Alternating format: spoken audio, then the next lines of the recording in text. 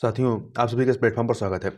यहाँ पर हम लोग आगामी यूपी पीसीएस 2022 जिसकी प्रारंभिक परीक्षा आपकी 12 जून 2022 को होनी है, उसके लिए टेस्ट देख रहे हैं। और जो आज के दिन हम लोग टेस्ट देखेंगे, यह जीएस वर्ल्ड कोचिंग संस्था के द्वारा जो टेस्ट सीरीज कराई गई है, उसमें टेस्ट नंबर जो 2 है, जो कि medieval history, art and culture से संबंधित प्रश्नों से परिपूर्ण है, उसको यहाँ पर देखेंगे। और इसके पहले पार्ट में इसके 75 क्वेश्चन को हम लोग पूरी व्याख्या के साथ देखेंगे। तो यहाँ पर आप प्रश्नों के साथ साथ कई सारे महत्वपूर्ण पॉइंटों के बारे में भी जानेंगे, जो कि जिनसे कई तरह के प्रश्न बन सकते हैं। और ये आपका जो टेस्ट है, ये आपके लिए केवल पीसीएस के लिए ही नहीं, बल्कि एमपी पीसीएस हो गया, बीपीएससी हो गया, या जो उत्तराखंड पीसीएस हो गया, उन सभी के लिए भी बहुत ही महत्वपूर्ण है। तो चलिए प्रारंभ करते हैं। इसमें पहला प्रश्न है कि अरबों की सिंध विजय की जानकारी का मूल स्रोत क्या रहा है। तो ये मूल स्रोत जो रहा है, चचनामा रहा है। कौन सा है? B option, Chachnama. तो इसके बारे में और देखें। देखिए, यह अरबी भाषा में लिखी गई है। मोहम्मद अली बिन अबू बकर कुफी ने नासरुद्दीन कुवाचा के समय में इसका फारसी में अनुवाद किया तथा तारीखे, इसके अतिरिक्त अन्य की जो बात करें, तारीखे उल हिंद, इसके रचनाकार कौन रहे? इसके रचनाकार अलबरूनी रहे हैं। और फुतुहाते फिरोज शाही, इसके रचनाकार कौन रहे? फिरोज शाह तुगलक स्वयं इसका रचनाकार रहा है। जबकि तारीखे मसूदी, इसके रचनाकार कौन रहे? अबुल फजल मोहम्मद बिन हुसैन अल बहकी। आगे चलते हैं। सल्तनतकालीन प्रमुख ऐतिहासिक पुस्तक एवं उनके रचनाकारों को सुमेलित कीजिए। तो रचना है आपकी फतवा ए जहांदारी। इसके रचनाकार कौन रहे हैं? जियाउद्दीन बरनी, अर्थात 3 से मिला दीजिए इसको। खजायन उल फुतुह अमीर खुसरो, अर्थात 4 से मिला दीजिए। किताबुल यामिनी उतवी ने लिखी थी, 1 से मिला दीजिए। और तबकाते नासरी मिनहाजुल सिराज ने लिखी थी, 2 से मिला दीजिए। तो आपका हो गया 3412, अर्थात बी ऑप्शन आपका सही हो जाएगा। आगे चलते हैं अगले प्रश्न पर। अगला प्रश्न है, निम्नलिखित में से किसे मध्यकालीन यात्रियों का राजकुमार कहा जाता है? तो मार्को पोलो को कहा जाता है। किसे? मार्को पोलो को। यह 13वीं शताब्दी में भारत आता है। इसने दक्षिण भारत के सामाजिक जीवन का सजीव वर्णन किया। और यह इटली के वेनिस का निवासी था, जो पांड्य राज्य के दरबार में या पांड्य राजा के दरबार में आता है। इसके अतिरिक्त अलबरूनी की बात करें तो अलबरूनी ख्वारिज्म से भारत आता है। और इब्न बतूता जो है, ये मोरक्को से भारत आता है। और अब्दुल रज्जाक जो है, ये फारस से भारत आता है। आगे चलते हैं। दक्षिण भारत का प्रसिद्ध तक्कोलम का युद्ध किनके मध्य हुआ था? तो ये चोलों और राष्ट्रकूटों के मध्य में 949 ईस्वी में होता है। इसमें राष्ट्रकूट शासक कृष्ण तृतीय ने चोल शासक परांतक प्रथम को तक्कोलम के युद्ध में बुरी तरह से पराजित किया था। आगे चलते हैं। निम्नलिखित में से किस शासकों द्वारा अनुवाद विभाग की स्थापना की गई थी? तो देखिए, अनुवाद विभाग की स्थापना जो है, इल्तुतमिश को छोड़ दीजिए, इसके अतिरिक्त फिरोज तुगलक, सिकंदर लोदी, अकबर, इन तीनों के द्वारा कराई गई थी। अर्थात आपका सी ऑप्शन जो है वो सही हो जाएगा। आगे चलते हैं। अगला प्रश्न है क्वेश्चन नंबर 6। निम्नलिखित में से किस प्रथम सल्तनतकालीन शासक द्वारा वेश्यावृत्ति रोकने का प्रयास किया गया था? तो प्रथम पूछ रहा है, तो इसमें कौन सा हो जाएगा? अलाउद्दीन खिलजी।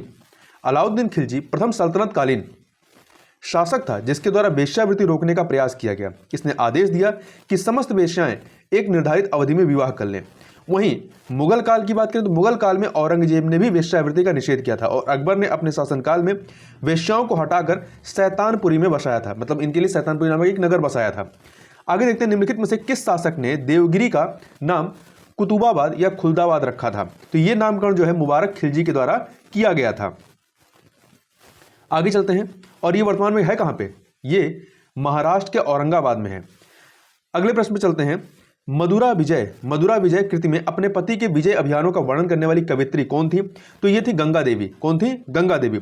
गंगा देवी अपनी मदुरा विजय कृति में अपने पति बीरक पराय के विजय अभियानों का वर्णन करने वाली कवियत्री थी। इस पुस्तक को उन्होंने 14वीं शताब्दी में संस्कृत में लिखा था। यह एक संस्कृत कविता है तथा ये विजयनगर साम्राज्य के संस्थापक बुक्का प्रथम की पुत्रवधू थी। आगे चलते हैं। अ फॉरगॉटन एम्पायर नामक पुस्तक में निम्नलिखित में से किस साम्राज्य का वर्णन किया गया है? तो इसमें जो है विजयनगर साम्राज्य का वर्णन मिलता है। ये पुस्तक जो है इतिहासकार रॉबर्ट सेवल द्वारा लिखी गई है। रॉबर्ट सेवल औपनिवेशिक भारत में मद्रास प्रांत के सिविल सेवक थे। आगे चलते हैं। 2 सूचियां दी गई हैं, इन्हें हमें सुमेलित करना। एक तरफ मुद्रा है, दूसरी तरफ इसका प्रसार क्षेत्र कहां पे था ये बताना। देखिए, सिकंदरी नामक मुद्रा का प्रसार क्षेत्र जो था उत्तर भारत में था, 2 से मिला दीजिए। मुजफ्फरी का मालवा में था, 4 से मिला दीजिए। महमुड़ी का जो है गुजरात में था, 1 से मिला दीजिए, और पगोड़ा का ये आपका विजयनगर से था, 3 से मिला दीजिए। तो 2413 अर्थात बी ऑप्शन आपका सही हो जाएगा। आगे चलते हैं क्वेश्चन नंबर 11। निम्नलिखित में से किन शासकों की धार्मिक नीतियों के खिलाफ काजियों ने फतवा जारी किया था? तो किसके खिलाफ किया था? तो ये फतवे जो जारी किए गए थे वो अकबर और मोहम्मद बिन तुगलक के खिलाफ जारी किए गए थे। अकबर के खिलाफ जौनपुर के काजी मुल्ला यजीदी ने फतवा जारी किया था। आगे चलते हैं, अगला प्रश्न है, निम्नलिखित में से किस सुल्तान ने सल्तनतकालीन शासक द्वारा योग्यता के आधार पर पदों का आवंटन किया गया था? तो यह आवंटन किया गया था मोहम्मद बिन तुगलक और अलाउद्दीन खिलजी के द्वारा, अर्थात B option, D option, A and B दोनों सही हो जाएगा। तो देखिए, अलाउद्दीन खिलजी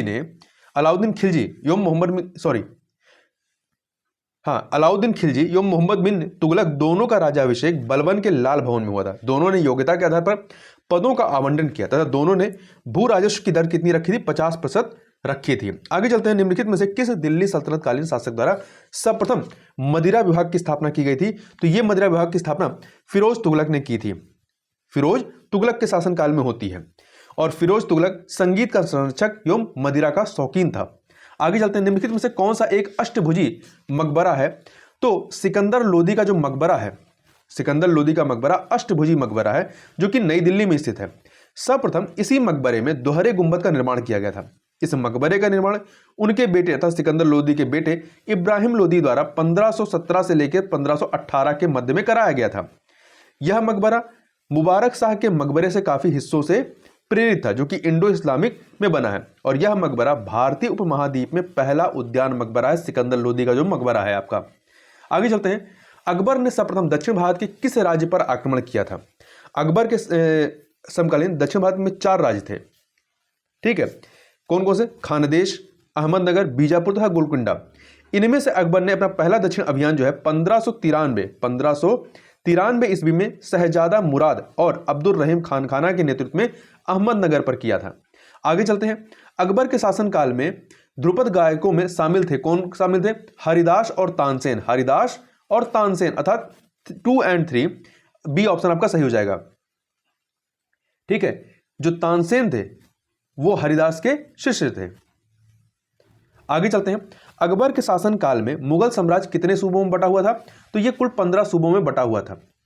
सूबे इन्हें प्रांत कहा जाता था, जबकि औरंगजेब के समय में इनकी संख्या बढ़कर के 20 हो जाती है। आगे चलते हैं अगले प्रश्न पर, क्वेश्चन नंबर 18 पर। अलाउद्दीन खिलजी द्वारा किए गए दक्षिण भारत अभियानों में नीचे दिए गए राज्यों पर किए गए उसके आक्रमण के काल के अनुरूप सजाना है, हमें क्रम लगाना है। तो देखिए, अलाउद्दीन खिलजी को सल्तनत काल का समुद्रगुप्त कहा जाता है, ये बात भी याद रखिएगा। ये जो सबसे पहले आक्रमण करता है, ये आक्रमण करता है पहले देवगिरी पर 1307 में, फिर वारंगल पर 1309 में, होयसल पर 1310 में, और पांड्य पर करता है 1311 में। इस प्रकार से आप देखेंगे तो 4, 1, 2 और 3, 4, 1, 2, 3 अर्थात बी ऑप्शन आपका सही हो जाएगा। यहां इसके साथ यह भी याद रखिएगा कि अपने दक्षिण भारत के अभियान के क्रम में अलाउद्दीन खिलजी ने मलिक काफूर को नेतृत्व प्रदान किया था। मतलब यहां पे जो सेनापति था कौन था? मलिक काफूर था। आगे चलते हैं अगले प्रश्न पर। निम्नलिखित में से किसे साहित्य प्रेमी कहा जाता है? किसे कहा जाता है? तो जलालुद्दीन खिलजी को। देखिए, सल्तनतकालीन शासक जलालुद्दीन खिलजी को साहित्य प्रेमी के नाम से जाना जाता है। अगले प्रश्न पर चलते हैं। सल्तनत काल में हिंदुओं के किस वर्ग ने सर्वप्रथम फारसी सीखना प्रारंभ किया था? तो कायस्थ ने, सी ऑप्शन आपका। देखिए, फारसी के अध्ययन में सिकंदर लोदी के समय में हिंदुओं ने रुचि लेना प्रारंभ किया है। हिंदुओं में भी सर्वप्रथम कायस्थों ने फारसी सीखना प्रारंभ किया था। आगे चलते हैं। उत्तर भारत का पहला संगीत सम्मेलन किसके द्वारा आयोजित किया गया था? तो यह संगीत सम्मेलन जो है वो हुसैन शाह सरकी के द्वारा कराया जाता है। उत्तर भारत का पहला संगीत सम्मेलन जौनपुर के शासक हुसैन शाह सरकी द्वारा आयोजित किया गया था। आगे चलते हैं। सल्तनतकालीन स्थापत्य के बारे में निम्नलिखित तत्वों पर विचार कीजिए। पहला, सल्तनत युगीन स्थापत्य को हिंदू इस्लामी कला के रूप में जाना जाता है, बिल्कुल सही बात है। दूसरा, इसमें इस्लामी स्थापत्य की मेहराब धरनी शैली तथा भारतीय स्थापत्य की क्षैतिज शैली का समन्वय किया गया था। दोनों कथन यहाँ पर पूरी तरीके से सही है, इसलिए सी ऑप्शन आपका सही हो जाएगा। आगे चलते हैं अगले प्रश्न पर। Question number 23। लौर चंदा चौर पंचशिका निम्नलिखित में से किसका संकलन है? तो ये लघु चित्रों का, किसका? लघु चित्रों का संकलन है। आगे चलते हैं, ये सल्तनत कालीन है। गजल के संबंध में निम्नलिखित कथनों पर विचार कीजिए। यह उर्दू भाषा का एक स्त्रीलिंग शब्द है जिसका अर्थ है प्रेम पात्र से वार्तालाप होता है। प्रेम पात्र से वार्तालाप होता है। तो यहाँ ये उर्दू भाषा का शब्द नहीं रहा बल्कि यह अरबी भाषा, गजल जो है अरबी भाषा का शब्द था। दूसरा, गजल का संग्रह दीवान कहलाता है, ये सही है। तो बी ऑप्शन आपका यहाँ पर सही हो जाएगा। आगे चलते हैं क्वेश्चन नंबर 25। कुव्वत उल इस्लाम मस्जिद का निर्माण निम्नलिखित में से किस सल्तनत कालीन शासक ने करवाया था? तो इसका निर्माण जो है कुतुबुद्दीन ऐबक ने, किसने? कुतुबुद्दीन ऐबक ने कराया था पृथ्वीराज पर विजय पाने के उपलक्ष्य में।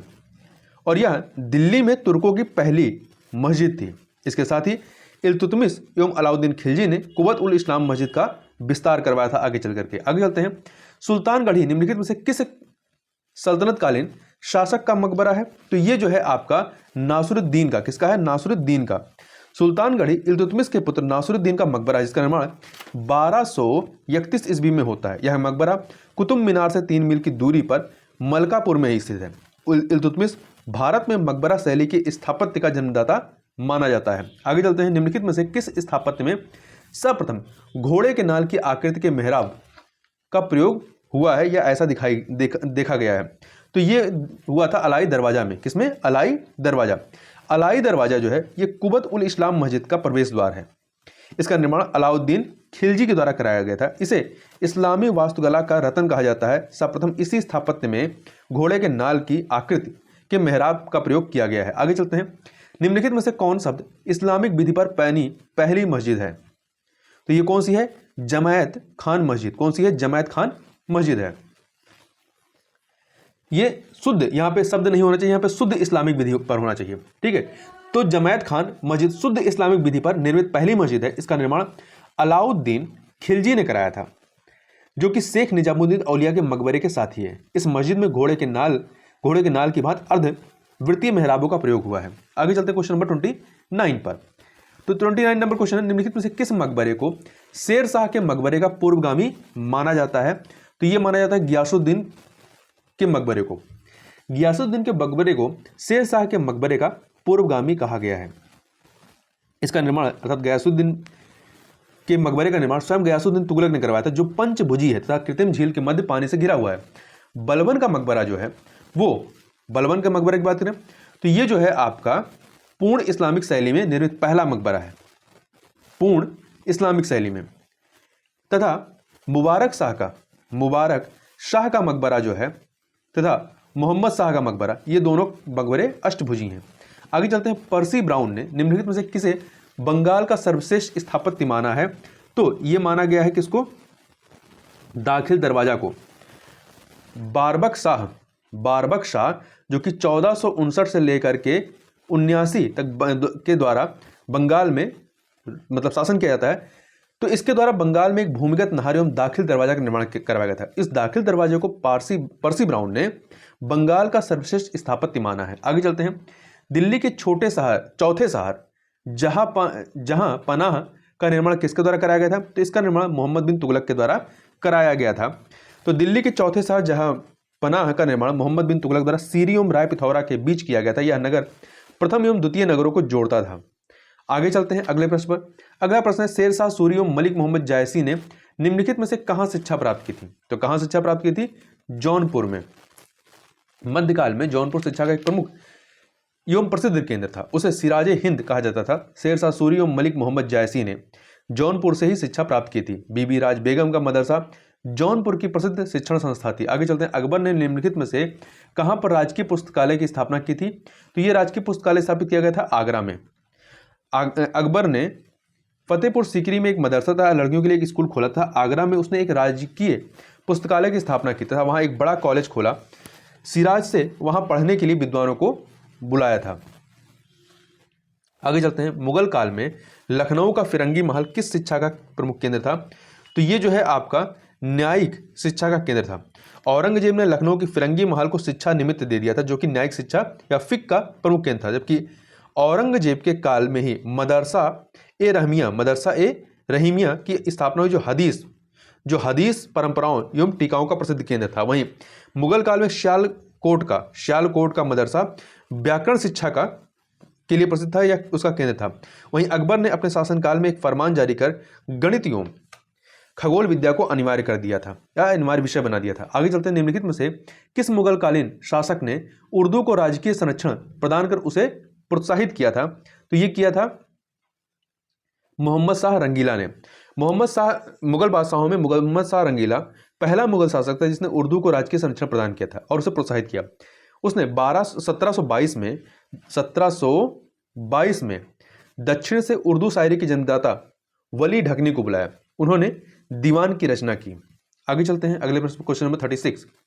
निम्नलिखित में से किस सल्तनतकालीन शासक द्वारा सर्वप्रथम किसानों पर सिंचाई कर लगाया गया था?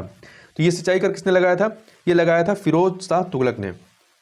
तो फिरोज तुगलक पहला सुल्तान था जिसने सर्वप्रथम किसानों पर सिंचाई कर हक ए सर्ब लगाया, जो कि कुल उपज का 10% होता था। और यह भी ध्यान रखिएगा, यही उसके द्वारा आरोपित एकमात्र गैर इस्लामिक कर था जिससे उसे टैक्स मिलता था, मतलब रेवेन्यू जनरेट होता था। आगे चलते हैं, 37 नंबर क्वेश्चन। निम्नलिखित में से किस दिल्ली सल्तनत शासक ने खलीफा की उपाधि स्वयं धारण की थी? तो कुतुबुद्दीन मुबारक खिलजी ने, जो कि 1316 से लेकर के 1320 तक दिल्ली का शासन संभालता है। और ये दिल्ली सल्तनत का एकमात्र सुल्तान था जिसने स्वयं को खलीफा घोषित किया और सिक्कों पर उसकी उपाधि खलीफतुल्लाह अंकित किया। यह खिलजी वंश का अंतिम शासक था जिसका शासन उदारता के साथ शुरू हुआ था। इसने क्षमा करो और भूल जाओ की नीति अपनाई थी। आगे चलते हैं, निम्नलिखित में से किस का काल बिजारत का स्वर्ण काल कहा जाता है? तो ये तुगलक काल को कहा जाता है। तुगलक काल बिजारत का स्वर्ण काल कहलाता है, जबकि अफगान या लोदी शासन काल जो है ये बिजारत का निम्न काल कहलाता है। आगे चलते हैं, निम्नलिखित में से कौन पहली सूफी महिला थी? तो कौन थी? ये थी आपकी राबिया, बसरा की राबिया, जो कि 8वीं सदी की थी, पहली सूफी महिला थी। राबिया अपनी विद्वता एवं हाजिर जवाबी के लिए प्रसिद्ध थी। भारत की सूफी महिलाओं में बीबी जुलेखा, जो कि निजामुद्दीन औलिया की मां थी, बीबी जमाल मोइनुद्दीन चिश्ती की पुत्री एवं बीबी करशूम बाबा फरीद की मां प्रमुख रही हैं। आगे चलते हैं, चिश्ती सिलसिला से संबंधित निम्नलिखित कथनों पर विचार कीजिए।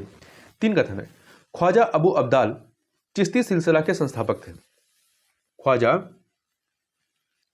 अबू अब्दाल चिश्ती सिलसिला के संस्थापक थे। तो इसमें देखिए पहला कथन सही है। दूसरा, यह भारत में संगठित होने वाला सबसे पुराना सूफी सिलसिला है, यह भी सही है। तीसरा, सभी चिश्ती संतों ने आजीवन ब्रह्मचर्य का पालन किया, यह कथन गलत है। तो पहला दूसरा सही है, इसलिए बी ऑप्शन। देखिए, चिश्ती संतों ने गृहस्थ जीवन अपनाया था, अपवाद स्वरूप निजामुद्दीन औलिया ने आजीवन ब्रह्मचर्य का पालन किया था। आगे चलते हैं, निम्नलिखित में से किसके द्वारा अमृत कुंड का संस्कृत से फारसी में अनुवाद किया गया? तो इसका अनुवाद किया गया था मोहम्मद गौश के द्वारा, जिनका जन्म ग्वालियर में हुआ था। इनके द्वारा हठयोग की पुस्तक अमृत कुंड का संस्कृत से फारसी में अनुवाद बहरुल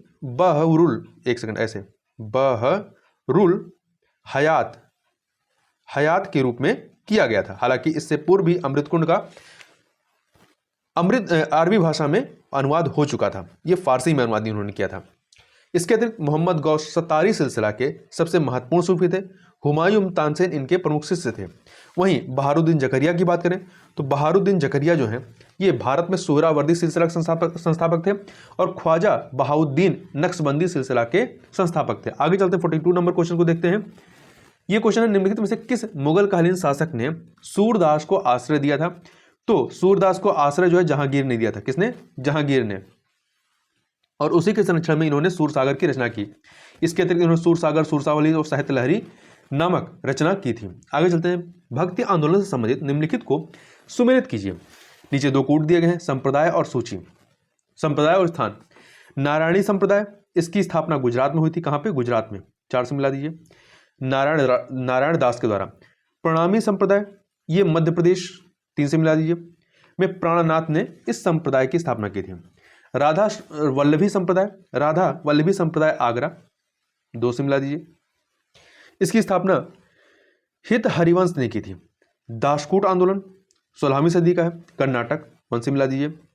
और इसे पुरंदर दास ने चलाया था। आगे चलते 4, इसमें 4321, 4321 अर्थात ए ऑप्शन जो है आपका वो सही हो जाएगा। आगे चलते हैं। निम्नलिखित में से किसके द्वारा निपक संप्रदाय की स्थापना की गई थी? निपक संप्रदाय की स्थापना दादू के द्वारा की गई थी। दादू भक्ति आंदोलन की निर्गुण भक्ति धारा के प्रमुख संत थे। ये एक कबीरपंथी थे जो आमेर के मानसिंह एवं अकबर के समकालीन थे।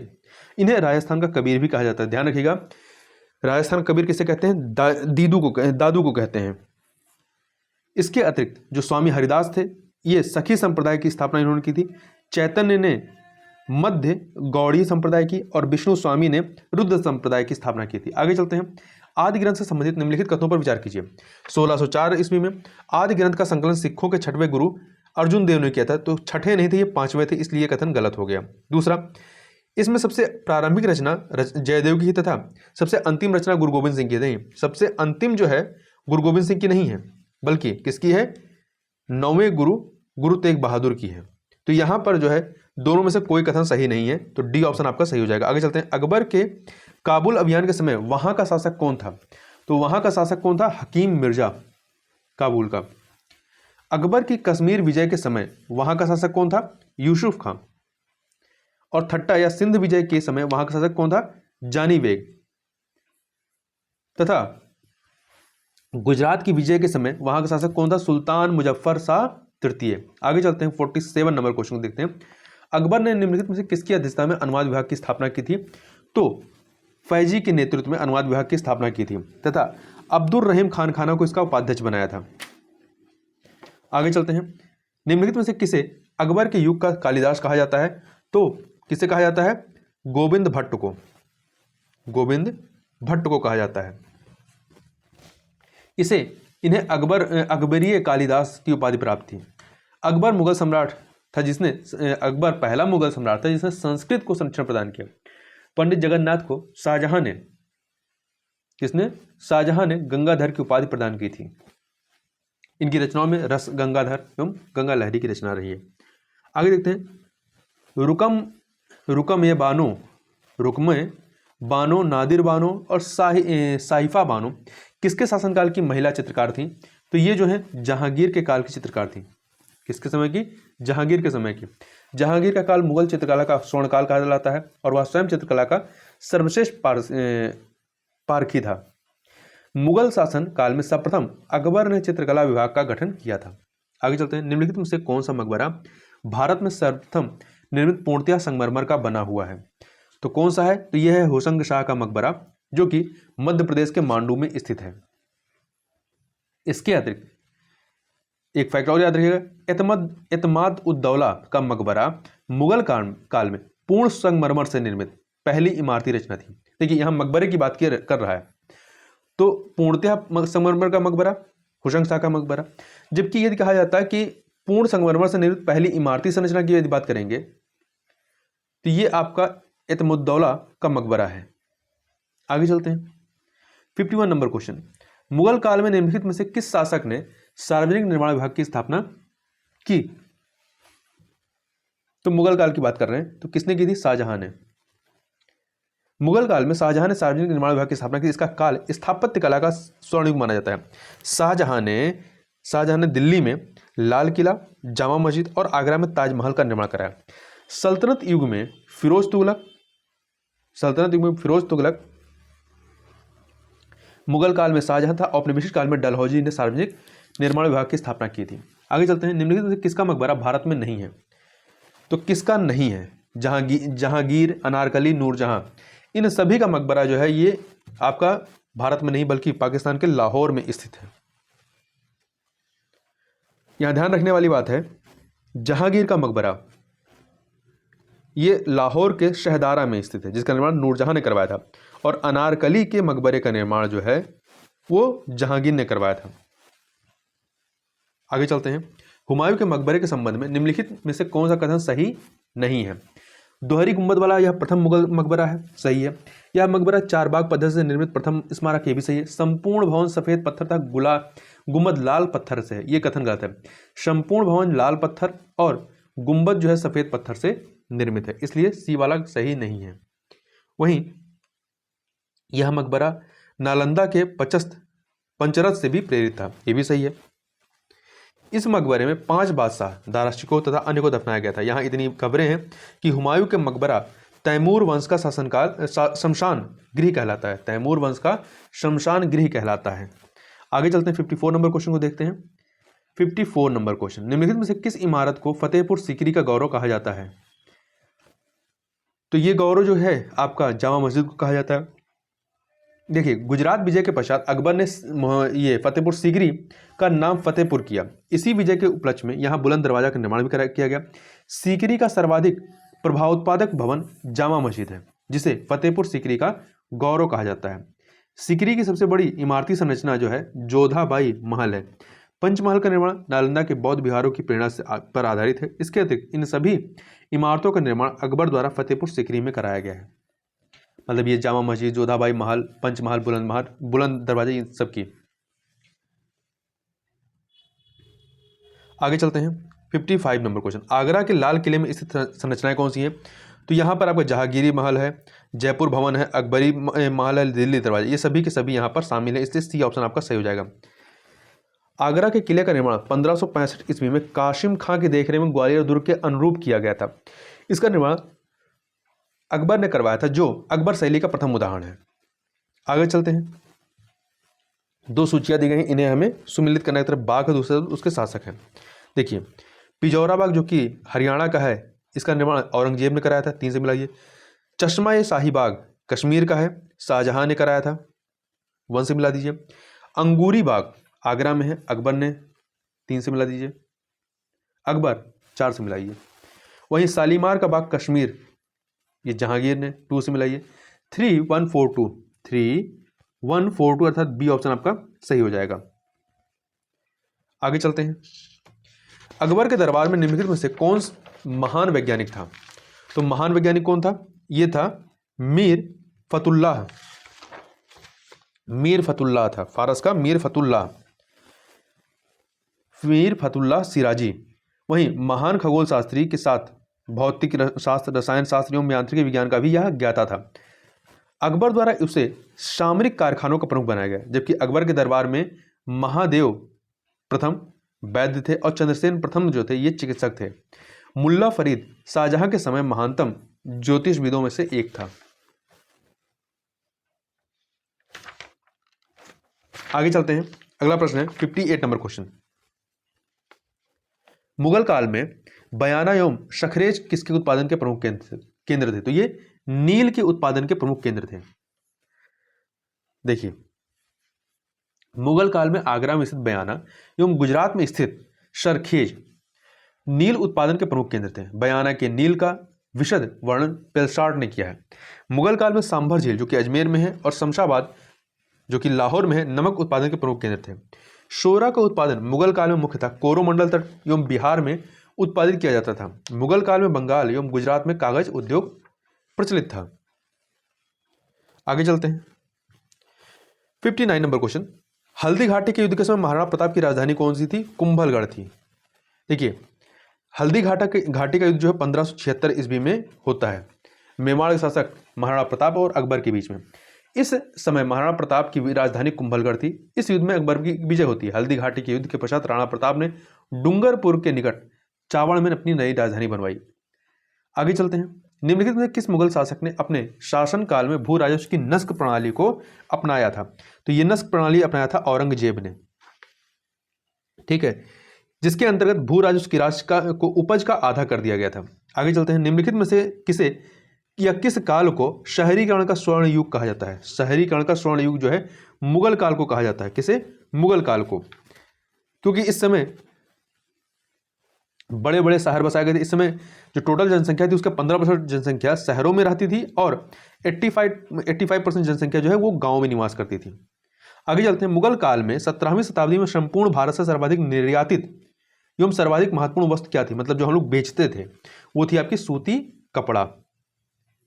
ठीक है, वहीं काली मिर्च विजयनगर राज्य, काली मिर्च जो है विजयनगर राज्य के से निर्यात की जाने वाली प्रमुख वस्तु थी। आगे चलते हैं, अगला प्रश्न है, मुगल काल में आयातित वस्तुओं में सबसे प्रमुख क्या थी जो हम लोग खरीदते थे? उसमें सबसे प्रमुख था घोड़ा, डी ऑप्शन। ये लाल सागर पर स्थित धोखर बंदरगाह से भारत घोड़े को आयात करता था। आगे चलते हैं अगले प्रश्न पर। निम्नलिखित में से किस मुगलकालीन शासक का वर्णन सर्वदेश वृतांत संग्रह नामक संस्कृत ग्रंथ में किया गया है? तो किसके बारे में वर्णन है? अकबर के बारे में। सर्वदेश वृतांत संग्रह जो अबुल फजल के अकबरनामा का संस्कृत अनुवाद है की रचना महेश ठाकुर ने की थी। इस संस्कृत ग्रंथ में मुगलकालीन शासक अकबर का वर्णन किया गया है। आगे चलते हैं। निम्नलिखित में से किसे शिवाजी के जीवन का अंतिम सबसे महत्वपूर्ण एवं सबसे बड़ा अभियान माना जाता है? तो पूर्वी कर्नाटक अभियान को। पूर्वी कर्नाटक अभियान, देखिए ये अभियान जो है 1678 में, कब हुआ था? 1678 में हुआ था। शिवाजी का वास्तविक विजय अभियान जो है वो जावली से, कहां से? जावली से प्रारंभ होता है और पूर्वी कर्नाटक अभियान पर समाप्त होता है। जावली की विजय ने शिवाजी को मावल के पहाड़ी क्षेत्र का स्वामी बना दिया था। आगे चलते हैं। Question number 66।